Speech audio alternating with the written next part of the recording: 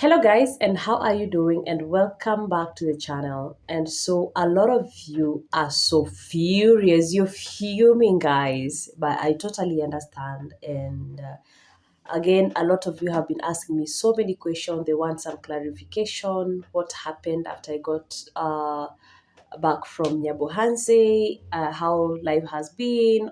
And some of you want to know how I got myself to Nyabohanse. And that's why I am here to make things straight. But first of all, this is not a reactor video. I'm not a reactor. I am a content creator. And I mean, I'm not doing this video, okay, to make anyone feel bad or to justify anything. I'm just answering your questions, okay? I hope you get me from there. All right. So, let me say this. It was some of you want to know how I got to Nyabohanse, and I think I should start from there. And so the journey started way, way long ago. From the time Maro started receiving YouTubers in his compound, I had planned to go there earlier, and actually I was planning on how to buy a phone. And then 2 weeks prior, the day that I went to Nyabohanse, I got really sick. I got sick. For like the whole week, I could not get out of the house, could not do anything. I remember I was sleeping without locking the door just in case I die in the house. People will not struggle to get me out. That's how bad it was. And the second week, I started feeling much better. But what happened is that I got into a very, very bad depression. I won't lie.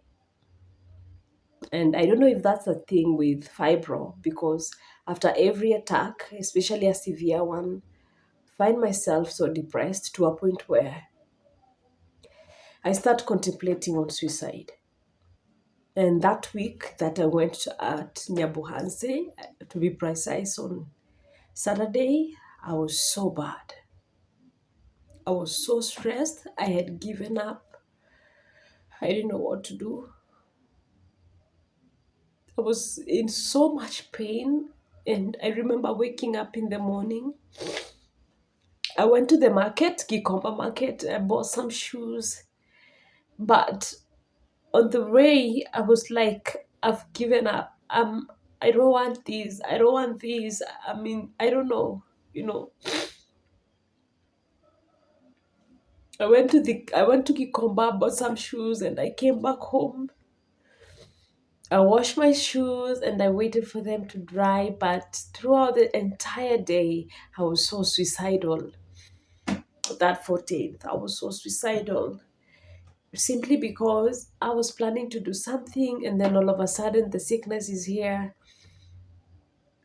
and it's like all of my plans are so, I don't know, are not working. And I was feeling so discouraged. And I remember when I was coming from the house to go to the town to hawk my shoes, I carried like two clothes in a backpack. I was like, I don't know where I'm going right now, but I'm not coming back to that house because the way I'm feeling, I can harm myself because of this pain.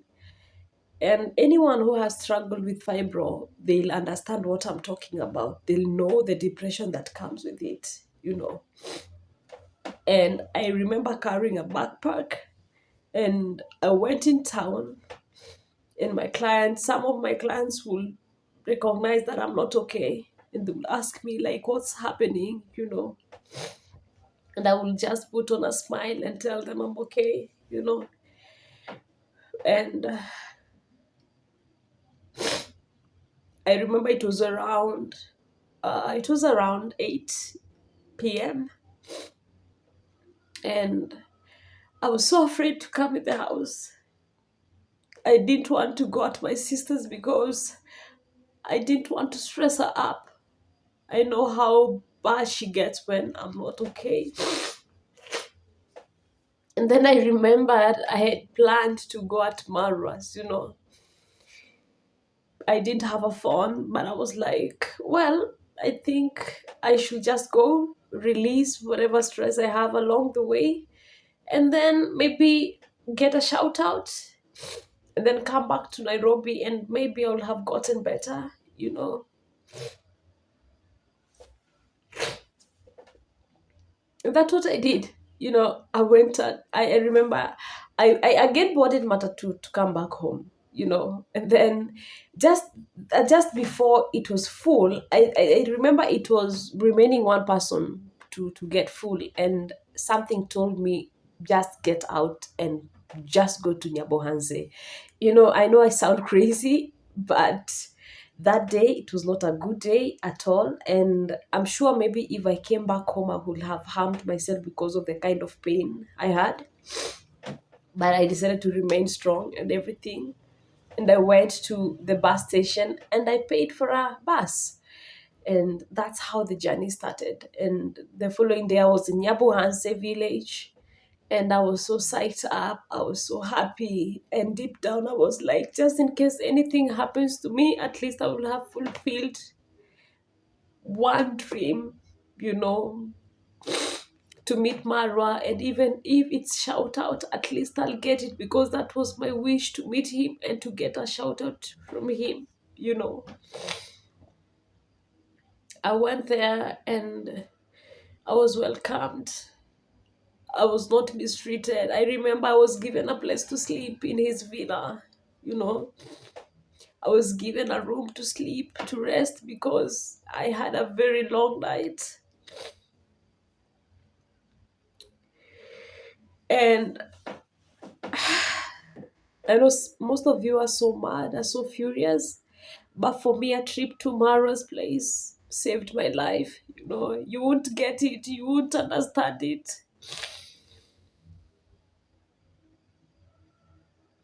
You won't get it. That trip saved my life. That trip gave me hope. Just him giving me a shout out gave me hope. And that's why I was so calm. I was okay. Yeah, I was in so much pain at that time, but it was the best moment of my life, because at that point I had given up. But after meeting so many people, talking to people, I came back to life. And I remember he gave me transport to go back home. That's how generous that guy is. I came back home, and by the time I was coming back home, I was feeling much better. But that morning, I was so scared because I wasn't certain of what I did. I was afraid, what if people troll me online and then I won't be able to handle it, and I'm in depression mode and everything. But luckily, you guys have been so supportive. From the word go, you've been so supportive. And some of you want to know how I got a phone. And through Ayamara airing my story, someone just called and sent me money to buy a phone, and I have a phone that I can vlog with. At least right now, even when I'm in pain, I'm able to distract myself through making a video. And I know a day will come, and I'll give another story of no pain or anything. And my life since then, let me say, I've been happy. For me, I've been happy. I've been happy because I took risk and God came through that risk.